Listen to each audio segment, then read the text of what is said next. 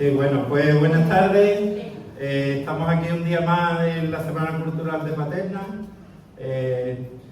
Hemos tenido una serie de actividades a lo largo de la semana. Empezamos el lunes con el periodista y escritor de Los Palacios, Álvaro Romero Bernal, con su libro El pan de Maús.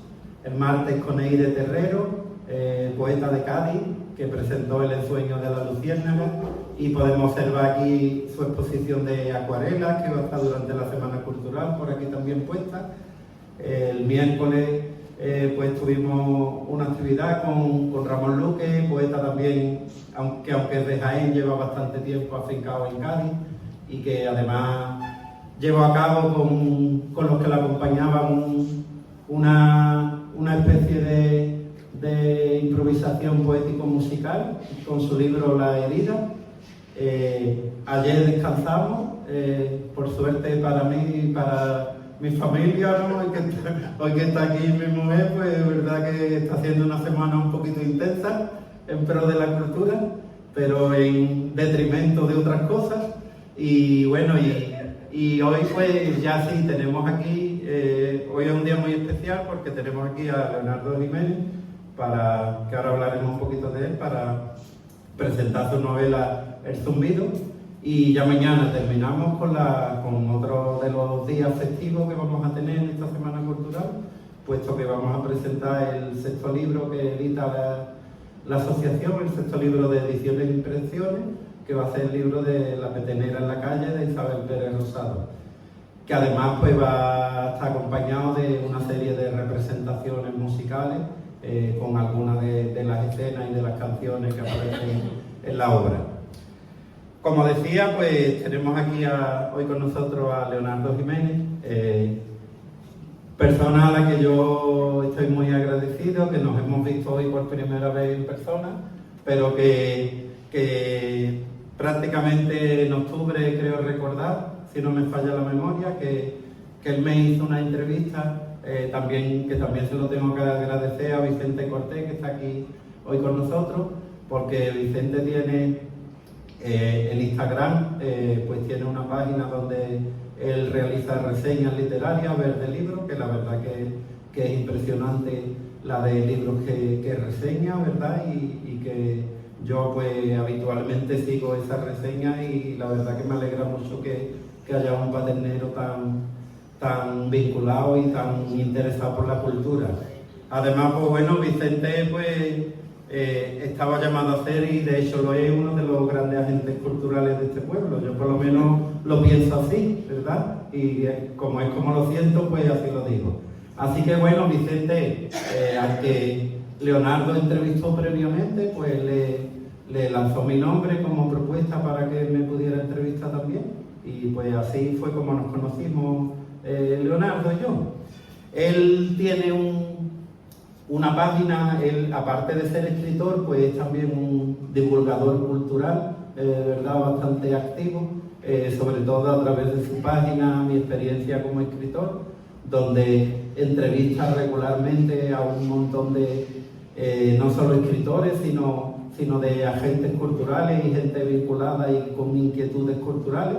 Algunos de ellos pues han pasado por aquí, como Benito Olmo, como Fernando Lobo, como Daniel Supiani, como un montón de nombres que son amigos comunes, ¿no? Y bueno, pues vamos a proceder a la presentación. Ante todo, dar las buenas tardes a cada una de las personas que os habéis acercado a disfrutar de ella, para que nuevamente disfrutemos de este espacio de libro y de la conversación y la lectura compartida. Hoy tenemos la suerte de recibir a Leonardo Jiménez, escritor gaditano, divulgador literario, podcaster y creador de ese magnífico refugio para lectores y autores que es Mi experiencia como escritor. Un proyecto que muchos conocemos porque no solo se habla de literatura, se vive, se escucha y se convierte en comunidad. Y eso me parece especialmente bonito esta tarde, porque Leonardo está acostumbrado a hacer preguntas, a entrevistar a otros escritores, a tirar del hilo de las historias ajenas, y hoy pues le va a tocar digamos el puesto contrario, ¿verdad? Puesto que hoy le toca sentarse al otro lado y responder él a las preguntas. Además, esta presentación tiene algo casi circular, casi emocional.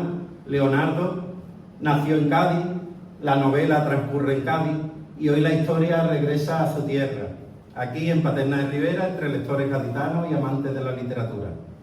Y regresa con una novela muy especial, El Zumbido, un thriller sobrenatural, si me permite que lo llame así, que parte de una idea inquietante y tremendamente poderosa. Un sonido, una frecuencia, un zumbido, que solo ciertas mujeres son capaces de escuchar. Y después comienzan las desapariciones. Hago aquí un inciso porque además se lo mandé a Leo ayer, porque resulta que ahora mismo en Prado del Rey se está presentando otro libro que se llama Zumbío, ¿verdad? Nosotros el año pasado nos hermanamos con el Ateneo de Prado del Rey y entonces le escribí yo allí también a Miguel Ángel Rincón, que es el presidente de allí del Ateneo, y le digo, oye Miguel Ángel, que vosotros presentáis Zumbío y nosotros el Zumbido. Digo, os tenéis que refinar un poquito, ¿eh? Y entonces pues, ya nos reímos, nos echamos una risa porque hay que ver la casualidad de que el mismo día Zumbío en Prado del Rey y el Zumbido en Paterna. A mí me interesa mucho, además, que esta novela nace de alguien que conoce profundamente el oficio desde muchos lugares distintos. Como lector, como entrevistador, como editor independiente y sobre todo como escritor que lleva años construyendo un camino muy personal y muy honesto dentro de la literatura.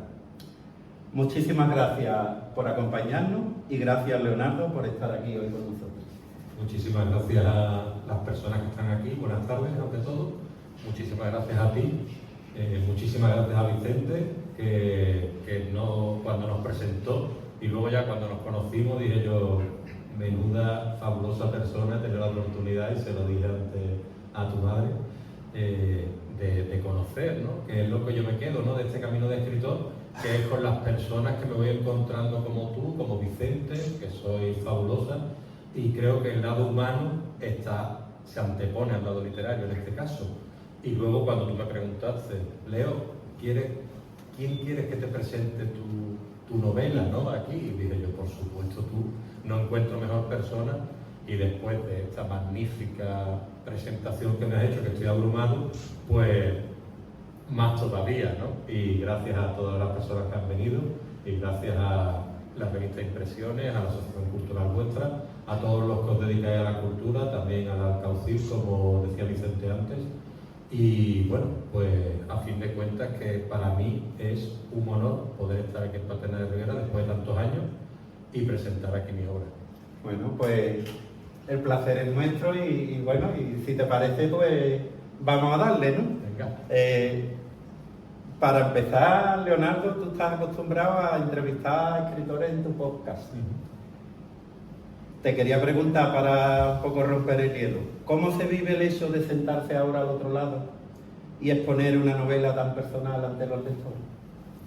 La verdad que con un poco de nerviosismo, en el sentido de que, si te digo la verdad, creo que estar aquí ante tantas personas, pues de alguna manera impone un poco.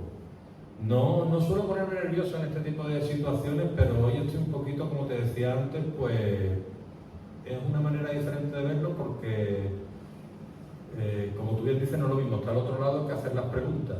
Y responderlas a veces pues tiene ese puntito de que necesitas estar a la altura.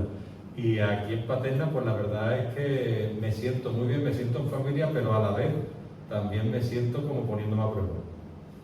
Pues mira, yo te tengo que confesar que comparto un poco, desde el otro lado mío, ¿no? Comparto un poco tu nerviosismo, porque es verdad que yo disfruté tanto la entrevista que me hiciste y me hiciste una serie de preguntas que por una parte te agradezco porque me permitieron lucirme un poco sobre, entre comillas, ¿no? Por todo el trabajo que llevamos hecho estos años. Entonces como que siento que tenía esa deuda contigo de hacerte también hoy las preguntas necesarias para que te toque a ti ahora ese lucimiento. Así que bueno, nerviosito también, pero vamos, nos vamos a quitar los nervios rápido. Eso después. Eso después ya con el vinito y eso. Mira, hay escritores que empiezan con una imagen, otros con un personaje y otros con una idea abstracta. ¿Qué apareció primero en el zumbido? ¿El sonido, Cádiz o las desapariciones? Las desapariciones, sin duda, porque viene todo de una pesadilla en la cual desaparecían las mujeres más importantes de mi vida, como puede ser mi madre, aquí presente, mi esposa, mi hermana, y esas son las 3 personas fundamentales que yo recuerdo que desaparecían en las novelas. Claro, yo estaba en casa y no era capaz de contactar con ellas. No podía hablar por teléfono, los teléfonos no funcionaban, era como el apagón, ¿no? Más el hecho de sentirse desasosiego, esa impotencia de no poder encontrarlas, no poder hablar con ellas. Y yo decía, bueno, pues tiro para Cádiz, pero no había manera, no, como si no pudiera, bueno, las trampas mentales que te pone el cerebro cuando uno está soñando, ¿no? Y de ahí ya me desperté, me levanté, no era capaz estaba demasiado afectado por la pesadilla que había tenido, y de alguna manera la quise representar por eso, ¿no? Para purgarme un poco, ¿no? Y ya pues hablé con un amigo, Sebastián G. Sancho, sobre la pesadilla que había tenido, y digo, yo tengo que escribir esto de alguna manera. Y claro, como le debía a Cádiz la novela, porque he escrito algunos relatos sobre Cádiz, pero no había escrito una novela, y ya dije, tengo que escribir una novela en Cádiz. Dije, ¿cómo lo puedo desarrollar? Y como el boom daba para tanto, y es curioso porque justamente saqué la novela, se publicó, y 2 semanas después volvió a sonar en noviembre o en diciembre el zumbido en Cádiz. Y digo, mira qué buena promoción para mi novela, ¿no? Claro, porque el zumbido aparece como una presencia viva, incluso que casi es como un personaje de la novela. Exacto, el zumbido al fin y al cabo es el antagonista de la novela, es el personaje principal, y claro, yo quise meter el zumbido como un personaje principal que era la causa de esas desapariciones, porque ¿cómo luchas tú contra algo que no está presente? Porque si tú pones un villano, pues dices, bueno, pues lo mata el protagonista, ¿no? Pero cuando hay un antagonista invisible, tan poderoso, que tú no eres capaz de contrarrestar, pues de alguna manera ya la cosa se pone un poquito más fea. La novela juega constantemente con la duda entre lo racional y lo imposible. ¿Te interesaba mantener al lector en esa frontera incómoda? ¿O fue algo fortuito?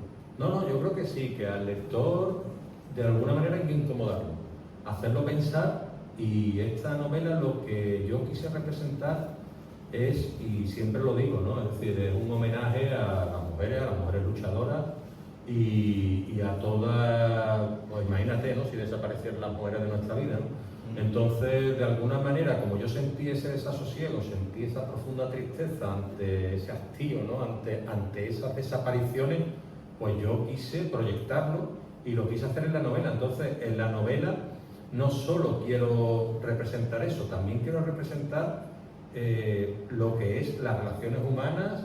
De alguna manera, si se produjera, bueno, querría hacer real que esto pudiera ocurrir y que la gente lo sintiera y dijera, bueno, es que este zumbido, aunque sea de origen sobrenatural, como tú bien decías antes, o pueda ser ciencia ficción, o pueda ser un sonido inquietante que quizás nunca se llegue a producir, yo tengo como escritor el deber de hacer que gente como tú, o como Vicente, o como cualquiera de las personas que están aquí, lea la obra y se crea que eso pueda ocurrir.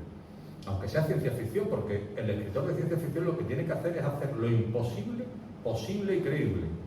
Y ahí pues juego ya también con las relaciones humanas, con todo esto que ocurrió, con todo el tema del apagón, con todo lo que ocurrió desafortunadamente con la pandemia, que nos haría mejores y demás, pero al final nos hemos dado cuenta de que hemos vuelto a dar ese paso atrás otra vez, ¿no? Entonces, un evento de estas características, pues representarlo y ver cómo reaccionaría la sociedad, cómo reaccionaría el gobierno de nuestro país y de otros países, ¿no? Para ver, porque claro, el libro comienza en el Golfo de Cádiz, pero realmente otros países y otras regiones están preocupadas de que esas desapariciones se extiendan. Entonces tienen que poner de alguna manera una muralla para que no ocurra en otros lugares. Entonces tienen que de alguna manera implicarse. Si te parece, hablamos un poquito de Cádiz como protagonista. Venga. En un dossier promocional que gentilmente tú me has pasado, me has facilitado, se dice que Cádiz no es un decorado, sino una presencia viva. Exacto. Autores como Benito Olmo, como Jesús Relinque, como Daniel Sopiani ambientan sus novelas en Cádiz.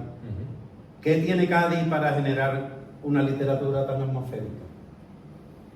Pues Cádiz de alguna manera tiene esa luz, esa viveza. Cádiz está vivo, Cádiz es, como tú bien decías, un escenario al cual hay que darle de alguna manera ese protagonismo que realmente tienen nuestros corazones. La gente que está fuera, aquí Vicente presente, o yo, o cualquiera de las personas que hayamos estado fuera de Cádiz, sentimos esa añoranza y esa necesidad de volver a Cádiz, al menos que sea para 2 o 3 semanitas para estar con la familia.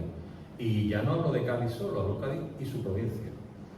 Independientemente de que Andalucía también se pueda extender cada una de mis palabras, creo que la provincia de Cádiz, y bueno, viniendo a Paterna te das cuenta de ello, ¿no? Y bueno, luego ves nada más que las vaquitas que están ahí pastando en la carretera esta, y eso es maravilloso, ¿no? Entonces, esa paz, esa tranquilidad que transmite Cádiz y su provincia, esa hermosura, eso de alguna manera es que no es que tú necesites representarlo, es que se representa solo.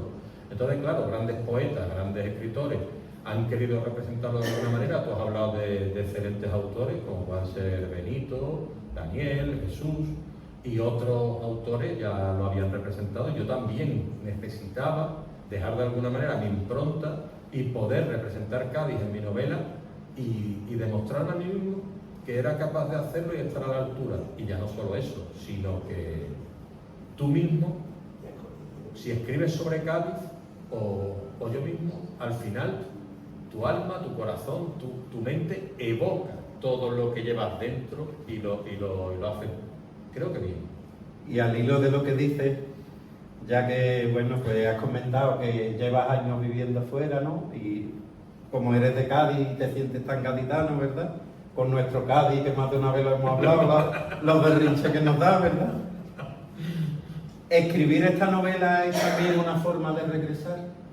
Sí, yo mientras he estado escribiendo la novela, porque la novela tiene una cosa que yo quería representar, que era el Cádiz nuevo, porque el Cádiz del casco antiguo está muy representado en otras novelas de otros autores y durante toda la historia, ¿no? Pero yo creo que al Cádiz beduino le debíamos algo, ¿no? Entonces ese Cádiz en el que me he criado yo, esa barriada de Loreto, la barriada de La Paz, Puntales, el estadio, la laguna, aparece Nueva Mirandilla, aparece zonas como el Hotel Playa. Entonces toda esa zona de extramuro como que está un poquito olvidada por la literatura.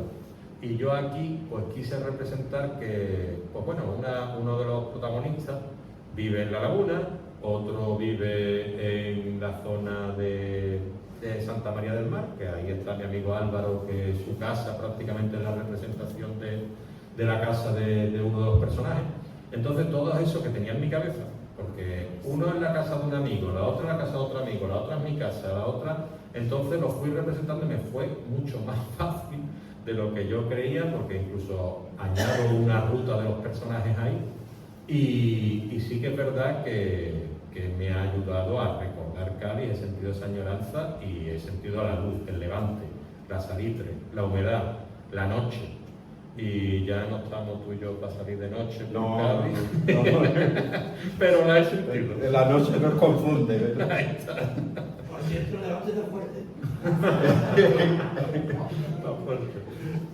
Una pregunta un poco de literato, prometo no profundizar demasiado, No, pero... que tú sabes mucho de esto, ¿vale? Hay ciudades que producen novela negra y hay otras que producen realismo mágico. ¿Qué género literario crees que pide Cádiz? La gente está explotando ahora muchísimo la novela negra, a mí me parece maravilloso, porque Cádiz da para mucho, pero el realismo mágico también, tú sabes perfectamente. Es muy gaditano. Exacto, y da para mucho también. Entonces yo creo que cualquier género narrativo puede ser, tenemos a Rafael Berti también, ¿no? Es decir, desde poesía hasta novela negra, el misterio, la ciencia ficción. Yo creo que Cádiz da para todo y limitarlo a lo mejor a la novela negra y al realismo mágico pues sería casi encorsetarlo. Pero desde luego has dado en la clave de que la novela negra da va mucho en Cádiz, lo están demostrando estos autores que tú mismo has hablado, y después el realismo mágico, por supuesto que también, porque tiene ese encanto, ese embrujo, que eso pues está ahí, ¿no? Sí, sí, sí, sí. Vamos a hablar un poquito del tema de las mujeres, ¿no? Como protagonistas simbólicas. Muy bien. El hecho de que solo ciertas mujeres escuchen el zumbido convierte inmediatamente la novela en algo más que un thriller. ¿Cuándo apareció esa dimensión simbólica? Esa dimensión simbólica apareció en mi cabeza en el momento en el que yo pensé, no sé, cuando alguien hace desaparecer justamente a las mujeres ya se siente incómodo. Yo me sentía incómodo por eso, entonces, pero yo sabía por lo que era, yo sabía por qué era un homenaje, un tributo, pero podía malinterpretarse. Y yo tampoco quería hacer desaparecer a niñas, y no sé, siempre yo creo que en la naturaleza humana puede estar el hacer daño, pero hacer daño a un niño, hacer daño a las personas mayores que son más incapaces quizás de defenderse, ya eso entra en otra dimensión, ¿no?, de la mente humana. Entonces yo ya dije, bueno, que sea una parte en la cual ya las mujeres sea a partir de los 18 hasta los 35 aproximadamente, entonces ya añadía otra dimensión ahí, que era el punto de jugar con el lector o la lectora a que adivinase por qué era el motivo de que desaparecieran las mujeres en una franja de edad en concreto. Y eso es otra parte, otro de las cuestiones de la novela para entrar en el juego con el lector o la lectora.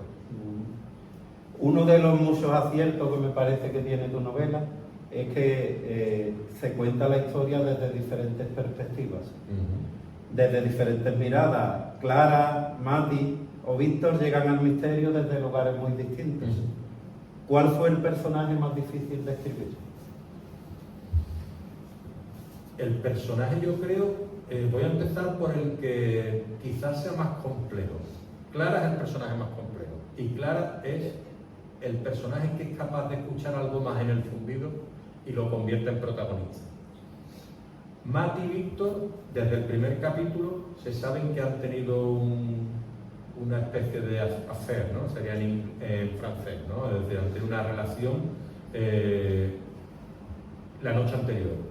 Entonces eso hace que los dos personajes estén vinculados. Y Víctor es uno de los personajes, de los pocos personajes masculinos que aparecen en la novela, porque yo quería que las protagonistas fueran las mujeres, ¿no?, del mismo modo que desaparecen, que fueran las grandes protagonistas de la obra, siendo los hombres prácticamente una aparición testimonial.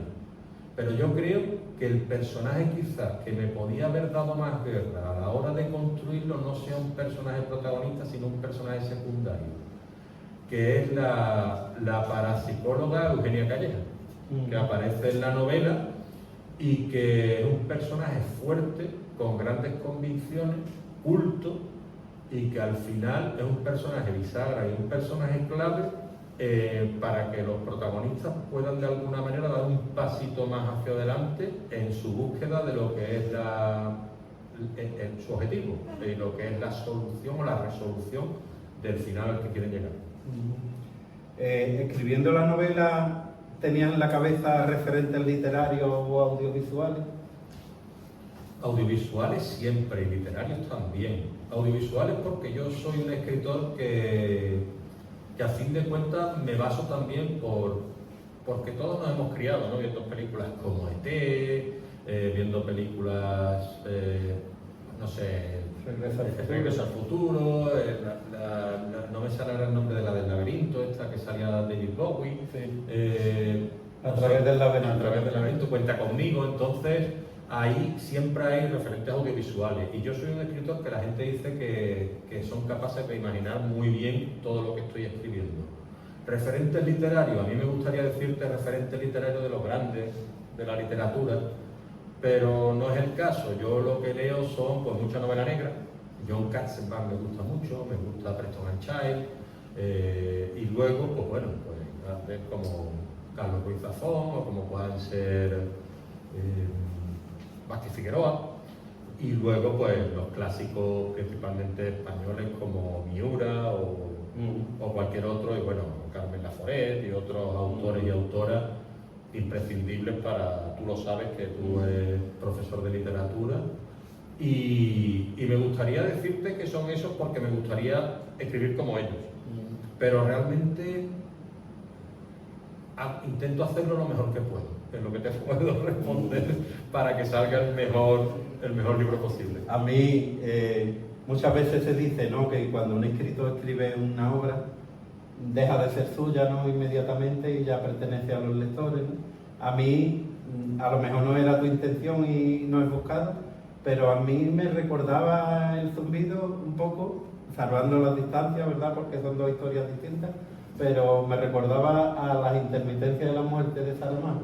Ajá. Donde hay también un hecho sobrenatural, ¿no?, extraordinario, Ahí y a va. partir de ahí pues los personajes tienen que reaccionar, ¿no?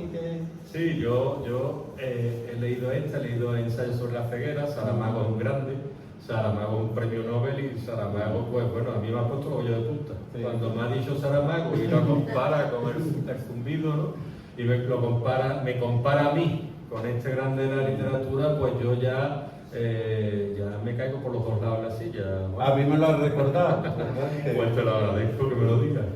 Y hablando de lectores, muchas veces hay escritores que tienen en la cabeza un determinado lector de sus obras. Hay algunos lectores que disfrutan resolviendo algún enigma y otros que prefieren dejarse llevar por la atmósfera. ¿Tú pensabas en algún tipo de lector concreto? Yo, lectores concretos, siempre yo creo, de alguna manera tratamos de escribir para todos los lectores, ¿no? Porque tú siempre, la amplitud, el abanico, siempre quieres que sea el máximo posible, ¿no? Pero me he dado cuenta de que sí, que me gusta escribir para la juventud, de alguna manera, porque siempre se siente esa nostalgia de la juventud, y yo, vamos, a mí me encantaría siempre pues entrar en el ámbito de la juventud, porque me siento muy relacionado con los adolescentes y con la gente más joven, ¿no? Y yo creo que tengo una buena relación con esa edad, y se nota pues el amor con mis sobrinos y mis sobrinas, ¿no? Pero yo creo que mi público está más entre los 35, 65, que es un poquito la edad al final madura sobre la que tú escribes, para la que tú escribes, y creo que es la consecuencia de la escritura. Una vez que llegas tú, porque muchas veces te planteas, lo mismo empezó a escribir demasiado tarde, pero las cosas llegan cuando llegan, no cuando uno quiere que lleguen. Y entonces el momento era cuando he empezado y por el que he empezado, que al final es, pues eso, ¿no?, intentar expresar esas inquietudes que tienes que te atenazan de alguna manera en el corazón y que tú quieres proyectar para que otros la lean. Y aprovechando eso que estás comentando, si te parece hablamos un poquito de Leonardo, escritor, podcaster y editor. Vale. Tu faceta como divulgador literario hace que conozcas muy bien las tripas del oficio. ¿Eso ayuda a escribir o te bloquea más? El tema de... A ver, a mí me ha ayudado muchísimo y me ha enseñado muchísimo el hecho de, como comentaba antes, de que Vicente, de que tú y otros autores y autoras, incluso divulgadores y agentes literarios o editores, pasen por el canal, porque te alimenta mucho, te nutre, te curte y te pones el listón un poquito más alto. Porque yo te entrevisto a ti y digo, madre mía, a nivel a lo mejor de sabiduría, ¿no?, está lejos de Juan, ¿no? Luego está la escritura, y tú me decías, no, tú no has escrito. Digo, bueno, pues te invito a escribir, ¿no?, algún día, porque seguro que lo haces fenomenal. A mí me ha ayudado muchísimo, pero después también, a medida que vas sacando tú una obra, ahora ya saco la 7ª hora, un libro de relatos que quería que fuera en su conjunto, no digo una novela porque sería confundir a los lectores, pero sí un libro en sí, un libro compacto con unas ideas claras, que es la ficción oscura, y es lo que estoy escribiendo ahora, un libro de ficción oscura y de ficción liminal, ¿no?, como se suele decir. Entonces ahí es donde tú te pones el listón más alto. Tú vas subiendo peldaños y parece que tu último libro tenga que ser el mejor, y que tú te sientes aquí conmigo y me digas, Leo, El Zumbido, uy, la mejor de mis obras. Porque claro, como la estás vendiendo, pues no puede ser de otra manera, tiene que ser la mejor siempre. Claro. Entonces eso a mí de alguna manera me atenaza en el sentido de decir, Te crea una te responsabilidad. crea el síndrome del impostor quizás. Entonces ya piensas que no va a estar a la altura de la última, siempre te pones en la que a lo mejor no es tu obra favorita, pero es la que más ha vendido. Y eso es curioso, no siempre te responde el corazón con lo que ocurre realmente a la hora de las ventas. Ya. Podríamos deducir entonces que te ha cambiado como escritor el estar al frente de mi experiencia como escritor. Exactamente, sí, de alguna manera sí, porque el blog nació a la vez que la escritura, por esto de hoy en día, ¿no? La visibilidad, ¿no? Y todas estas cosas de las redes sociales, que si no estás en las redes sociales parece que no existes. Entonces, claro, eso hace que muchísimos de los escritores, pues, aparte de editor, aparte de especialista en marketing, que también lo soy porque me hice un curso, pero después tienes que ser experto en redes sociales, sabes hacer un trailer, promocionar la obra, irte a venderla con el coche, con las cajas, después tienes que venderla por las redes sociales, tener un blog, tener un canal en YouTube, tener tal, y al final, yo porque tengo la fortuna de que me manejo muy bien en todos los medios digitales, y de alguna manera, pues bueno, tengo cierto desparpajo a la hora de hablar, pero creo que hay gente que lo puede incluso pasar mal. Y Como entonces, que alguna vez me dices tú, oye, ¿por qué no le pones la almohadilla en el guante? Ven.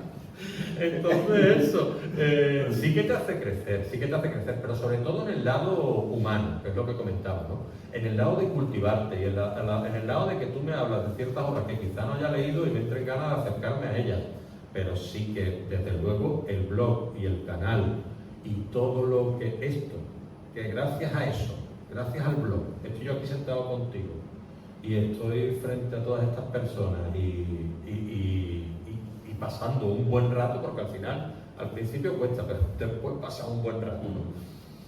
Yo creo que me ha ayudado mucho, sí.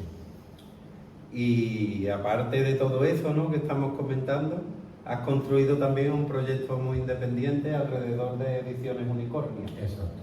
Háblanos un poquito de esto, en qué consiste para que los asistentes lo sepan.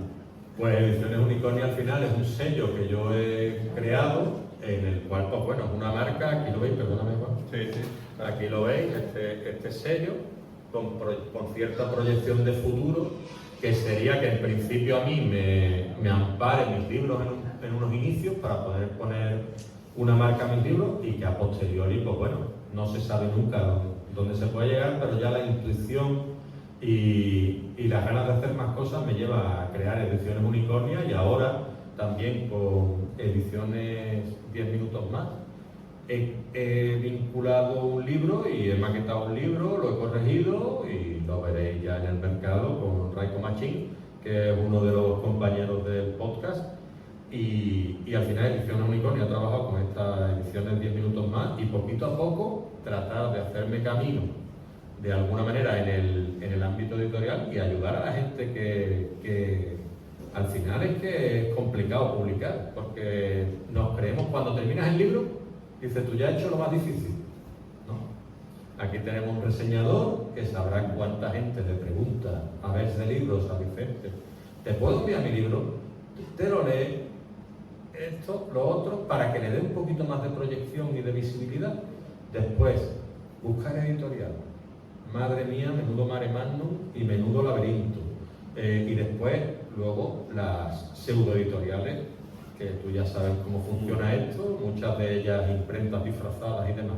Entonces, es un poquito ayudar a la gente a saber hacer su trabajo, a saber cuánto vale su trabajo, no economizarlo, es decir, no monetizarlo, sino saber realmente el esfuerzo que cuesta escribir un libro y ya no solo que nosotros valoremos nuestro trabajo, sino que lo valore quien lo tiene entre las manos. Y eso, de alguna manera, ese libro lo he hecho yo, lo he maquetado yo, la cubierta la he buscado yo, la imagen yo, la sinopsis yo, y todo lo he hecho yo, más la gente que por supuesto, que yo se lo agradezco muchísimo, que está en agradecimiento, que después me ha apoyado. Y en este caso en el zumbido, pues a ti también lo extiendo para que dé un pasito más, pero es que al final escribir el libro es una de las tareas, pero quizás no sea la más complicada. Claro, o al menos después empieza otra que es todavía más complicada. Exacto. ¿Qué parte de ti hay escondida dentro del zumbido? ¿Hay algo autobiográfico? Sí, al final es el miedo, ¿no? Es decir, el miedo es lo que nos mueve a diario y el miedo a perder a estas personas fue lo que movió el zumbido.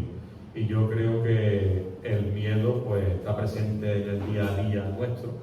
Miedo a perder a la gente a la que queremos, miedo a fallar a alguien, miedo a no estar a la altura, miedo a que nos estafen, miedo a que... Y claro, el miedo es bueno como método de supervivencia, pero no es bueno tenerlo todos los días porque al final te genera ansiedad, te genera estrés, te genera depresión. Y yo, como he pasado por ese miedo y también he estado en el fango, pues de alguna manera todos los miedos que represento en la novela, pues me purgo de ellos y al final, como se suele decir, le meto una patadita y ya me lo encontraré en el camino más adelante. Un par de preguntitas para terminar y ya dejamos también que el público pues tenga la oportunidad de hacerte alguna pregunta, si así lo desea. Después de escribir esta novela, ¿hay algún sonido cotidiano que ya no escuches igual? Algo que se te haya metido en la cabeza de tanto pensar en zumbido y en sonido. Hombre, a ver, yo es que soy una persona que me gusta mucho el silencio y cualquier sonido me desequilibra, pero algún sonido cotidiano que ya no me gusta, es que en realidad no sé si será la edad o será el hecho de que, pero sí que es verdad que tanto las luces como los sonidos altos, como las sirenas, como me desestabilizan. Entonces ahora necesito como más insonoridad. Y eso no sé si viene dado, por eso se llama el zumbido, por eso viene de un efecto sonoro, pero sí que es verdad que soy mucho más sensible que antes. Aquí fíjate la curiosidad que si nos callamos se escucha como un sonidito ahí de la luz. Y el otro día, el miércoles, teníamos la actividad esta poético-musical y de poema a poema había una señora que le iba dando a un cuenco tibetano, pone el gong y hacía cling y pasaban, ¿no? Y yo tengo un amigo que vende cuencos tibetanos, entonces se lo mandé y me decía, y le mandé un vídeo y me decía, oye, ¿y el sonidito ese que se escucha de fondo, ese también lo has puesto tú, no? Y digo, sí, también. Y digo, bueno, pues para el zumbido también lo tenemos ambientado, también nos sirve, ¿verdad? Y ya pues la pregunta inevitable, ¿el zumbido ha terminado o sigue? El zumbido yo espero que siga ahí durante mucho tiempo. Y después ha terminado, bueno, yo siempre digo lo mismo, es decir, yo cierro puertas y abro ventanas. Hay una ventana abierta por la que entra la luz de Cádiz en el zumbido, ¿no? que yo mis obras sí que las cierro, es decir, para mí todas mis obras están cerradas, pero nunca se sabe si se podrán llegar a abrir. Y esto es un mal del rol, ¿no? De los juegos de rol, que siempre he sido yo muy aficionado a los juegos de rol. Y es que siempre tienes que dejar de alguna manera una puerta, una ventana entreabierta para que la aventura pueda continuar. Y al fin y al cabo los libros que yo escribo son aventuras. No obstante, es una historia autoconclusiva de la cual siempre puede, yo pienso, considero y creo que es sano que siempre se pueda hacer un spin-off, que siempre se pueda hacer algo con algún personaje y los personajes siguen ahí y siguen vivos. Y para algo los he creado, con lo cual están ahora mismo encerraditos en su mundo, pero nunca se sabe si ese mundo algún lector o el público va a poder abrirlo o mi cabeza va a querer seguir escribiendo sobre el zumbido. Pues no sé si te queda algo que decir en torno a la novela o a lo que a ti te apetezca, o si el público quiere hacer alguna preguntita a Leonardo, aprovechando que está aquí, pues tenéis esa oportunidad, si queréis. ¿Alguna preguntita por parte de alguno de los presentes?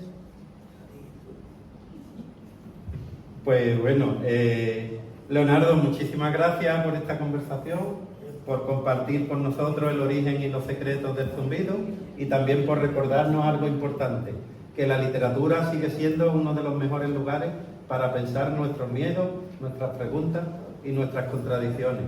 Yo creo que después de esta charla todos vamos a salir escuchando el mar o algunos sonidos cotidianos de una manera un poco distinta.